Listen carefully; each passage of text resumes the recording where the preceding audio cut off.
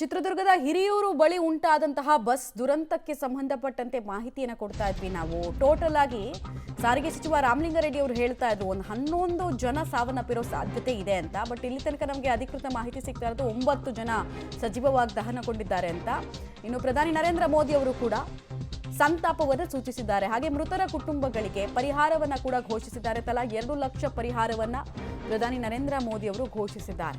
ಗಾಯಾಳುಗಳಿಗೆ 50,000 ಪರಿಹಾರವನ್ನ ಕೂಡ ಕೇಂದ್ರದ ಅದರಲ್ಲೂ ಪ್ರಧಾನಿಯವರ ನಿಧಿಯಿಂದ ಕೊಡಲಾಗುತ್ತೆ ಅಂತ ತಿಳಿಸಿದ್ರು. ಬಟ್ ವೆರಿ ಸ್ಯಾಡ್, ಯಾವುದೇ ಭಾಗದಲ್ಲಾದರೂ ಕೂಡ ದುರಂತ, ನೋವು ಎಲ್ಲವೂ ಕೂಡ ಸೇಮೇನೆ. ಆಂಧ್ರದಲ್ಲಿ ಆದಂತಹ ದುರಂತಕ್ಕೆ ಇಡೀ ಕರ್ನಾಟಕದ ಜನ ಮರುಗಿದ್ರು. ಈಗ ನಮ್ಮಲ್ಲೇ ಅಂತಹ ಇನ್ಸಿಡೆಂಟ್.